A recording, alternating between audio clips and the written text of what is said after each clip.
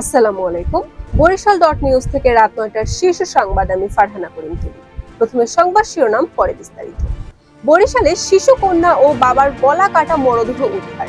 বরিশাল নগরীতে বিশুদ্ধ পানির সংকট, ঘরে ঘরে হাহাকার।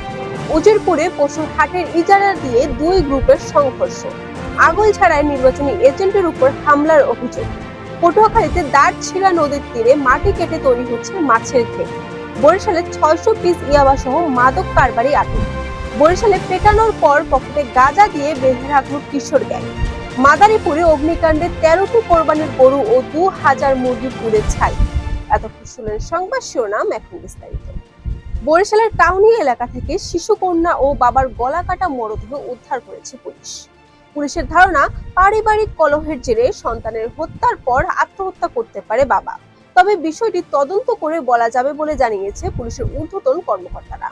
নগরবাসীর চাহিদার অর্ধেক পানীয় সরবরাহ করতে পারছে না বরিশাল সিটি কর্পোরেশন।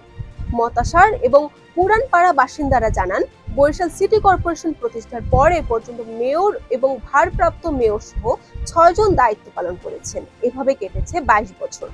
এখনো সুপেয় পানির সংকটে ভুগছেন ৩ নম্বর ওয়ার্ডের বাসিন্দারা। পানি সংগ্রহের এই দৌড়ঝাঁপ কবে শেষ হবে জানেন না তারা। বরিশালের উজিরপুর উপজেলার একটি অস্থায়ী পশুর হাটে ইজারা নিয়ে সাবেক ইউপি চেয়ারম্যান এবং ইউনিয়ন আওয়ামী লীগের সভাপতি এবং বর্তমান ইউনিয়ন চেয়ারম্যান সহ স্থানীয় আওয়ামী লীগের নেতাকর্মীদের মধ্যে বিরোধ সংঘর্ষের আশঙ্কায় হাট বন্ধ করে দিয়েছেন উপজেলা প্রশাসন। বরিশালের আগৈলঝাড়ায় পরাজিত চেয়ারম্যান প্রার্থী আব্দুর রইস শেরনিয়াবাদের নির্বাচনী এজেন্ট থাকার কারণে হামলা চালিয়ে আহত করার অভিযোগ উঠেছে বিজয়ী উপজেলা চেয়ারম্যান যতীন্দ্রনাথ মিস্ত্রির সমর্থকদের বিরুদ্ধে। এ ঘটনায় থানায় লিখিত অভিযোগ দায়েরের পরে সংবাদ সম্মেলন হয়। পটুয়াখালীর রাঙ্গামালী উপজেলার দাঁড়ছিড়া নদীর তীর থেকে খনন যন্ত্র দিয়ে মাটি কেটে তৈরি করা হচ্ছে একের পর এক মাছের ঘের। দেওয়া হচ্ছে মাটির বাঁধ।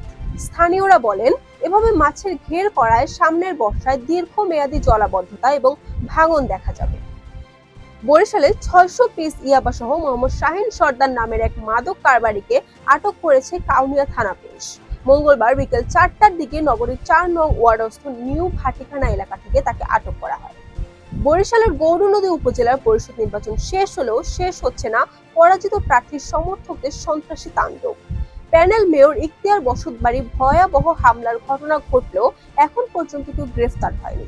ফলে বিজয়ী প্রার্থীর সমর্থকদের উপর একের পর এক হামলা চলছে। মাদারীপুর শিবচর উমদপুর মিলন মুন্সির গরুর খামারে অগ্নিকাণ্ডের ঘটনা ঘটে। এতে ওই খামারের ১৩টি কোরবানির গরু এবং তার পাশে মুরগির খামারে ২,০০০ মুরগি পুড়ে মারা গেছে।